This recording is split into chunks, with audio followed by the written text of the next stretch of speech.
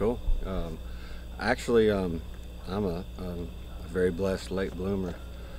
I'm 47 now. I started playing guitar 7 years ago because of my good friend who's here tonight, Jason Evans. Was kind enough to sit down and teach me some chords. And we had a mutual friend, Darren Audrey Lunsford, Sergeant Darren Audrey Lunsford, who died in Iraq. And Jason and I got to be very good friends. And when he taught me the guitar, something just snapped in my mind. And maybe my wife calls it my midlife crisis. All of a sudden, I just started kind of bleeding out lyrics. And next thing I knew, I was making an album. That's how it worked. Because my writings and my music are they're not refined. They're very raw. I'd like to think that they're more about communicating how I feel. It's very important to me if I can move someone, then I feel like $1 million. I mean, I could never even be paid to do that, I mean, because being blessed, I guess, so late with, something that I'd always admired, and now all of a sudden people want to hear it. It's like being at I don't know, it's like a fantasy or something. Real life experiences a whole lot. They come at very odd times for me, and they bleed out very quickly. And if I don't write them down immediately, when I first started writing songs, my wife swore that I was having an affair because in the middle of the night she'd wake up and I'd be over on my phone typing in a lyric, and it's very strange. I don't know why or where they come from, but I mean, the themes are definitely what I've lived, unless I'm trying to write a song about something. I generally don't try to write a song about something. It's really a line comes to me, and once a line comes to me, if I write it down or if I'm decide to work on it, the other ones just kind of come out, and then I say what I want to say, and I don't know, that's just the way it works. Well, since I have a 13-year-old son that plays football, I guess it'll have to be football. I noticed you have the Tiger Woods hat on. This is a metamorphosis of a Tiger Woods hat. I used to like golf. Of course, golf is one of those games where it's kind of like almost like playing the guitar, where you pick up a guitar one day and you sound really great, and then you pick it up the next day and you sound like crap. It's about the same thing with a golf club. But I don't know. I bought this hat. It just fit my big old noggin really well, and it's been around for a while, and I just kind of morph it around a little bit here and there. It's the hashtag XXX, and which actually stands for XXX Music. I was, again, I've been totally blessed in the music that I made. My record Carlene that I made with Jimbo Mathis and Justin Showa was a labor of love for them, because after Taters taught me to play and I started writing, I actually went to the studio and started out to ask Jimbo. I was going to write and have Jimbo sing my songs, and I gave him my songs, and we spent a couple of days with him singing my songs, and then about the second day he was like, "Man, you need to sing your own songs." I was like, "I can't, I don't sing." He said, "Oh yeah, you do." So long story short is that we made Carlene over the course of a year and a half, and then Adam Sheets from No Depression picked up on my music and gave it to Shooter Jennings, and Shooter Jennings was putting together his XXX movement of music, and that you can hear on his XM radio show. And out of the blue, they did a compilation for the first compilation. They did 3 compilations. It's called The Southern Independent, and the first song on the Southern Independent was my first song off my record. So I've always supported XXX, and then Moonrunners Country is an offshoot of that, where a lot of the artists that are ignored by Nashville are talked about and written about in a blog on moonrunnerscountry.com. So they've been extremely kind to me. It's a huge blessing. I think with any artist, your dream is to be heard on the radio, and when I got to hear myself on the radio, it was like all the doubters that doubted me, I was able to say, "Hey, I did it." It doesn't mean a lot, but to me it does.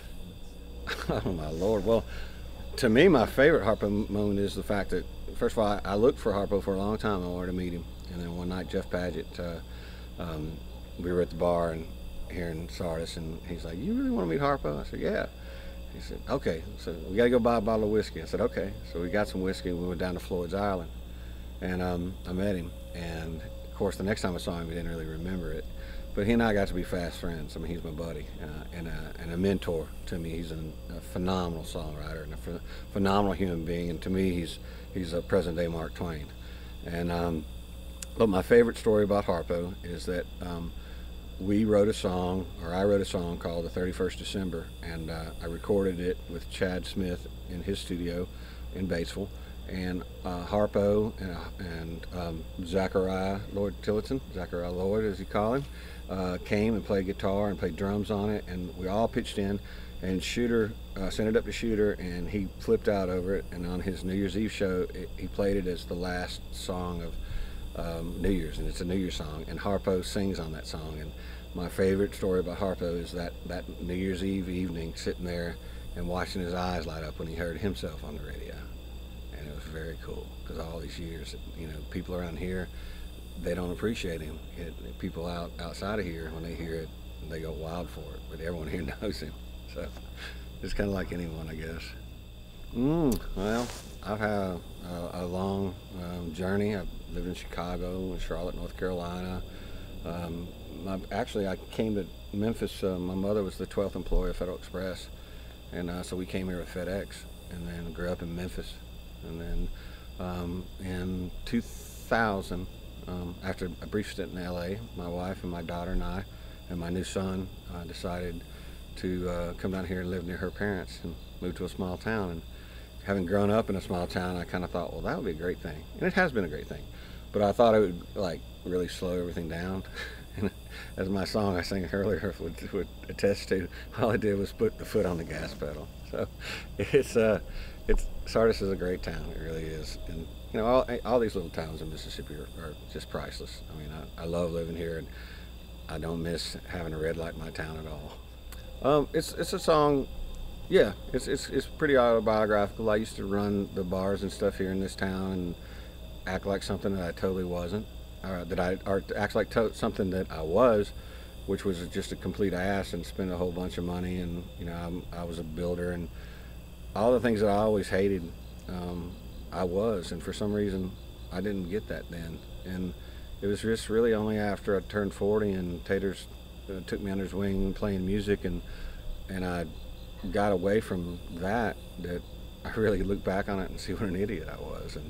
And so yeah, I hear you out there.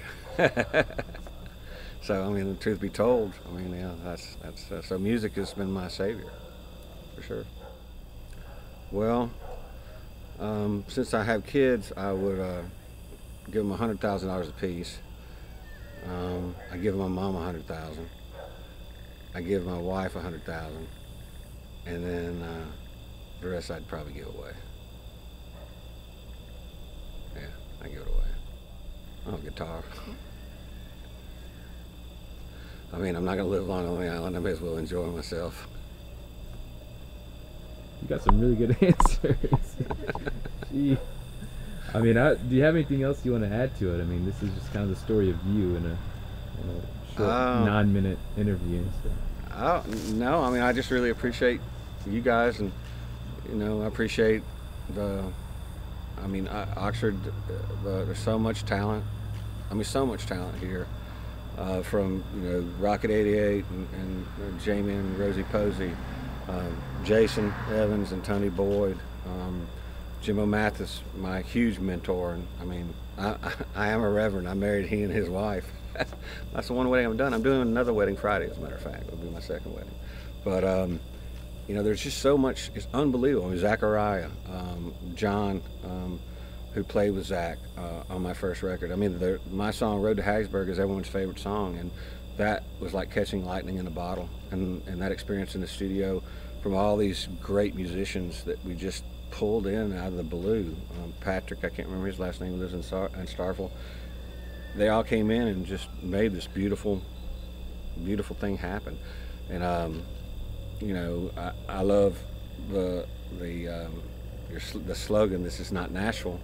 I went up to Nashville not long ago and played at a songwriter night, and it was very interesting to say the least. And you know, I think that all music appeals. I mean, I'm not going to down anybody's music. Everyone's music is meant for a certain purpose. But there's just so much talent and so much really great music that comes from here of all types, from the hill country blues, and it all influences each other. I mean, that is an influence to me, is being able to be around these blues artists like Earl Boyce up in Como, and being able to sit with him and watch him tell stories and play hill country blues, or Luther Dickinson and the whole Dickinson family and their whole philosophy on music. I mean, to me, again, this making music is about making a totem, so that when I'm gone, I have something that's left behind, so that I am remembered. And you know, that's what Mr. Dickinson, that was his philosophy. So it doesn't have to be note perfect, and it doesn't have to be tone perfect. You know, it's really the words that I'm trying to communicate. And my children may not be old enough or mature enough to understand that right now, but when they get older, I hope that they do. My name is Robert Earl Reed, and this has been my Oxford Session.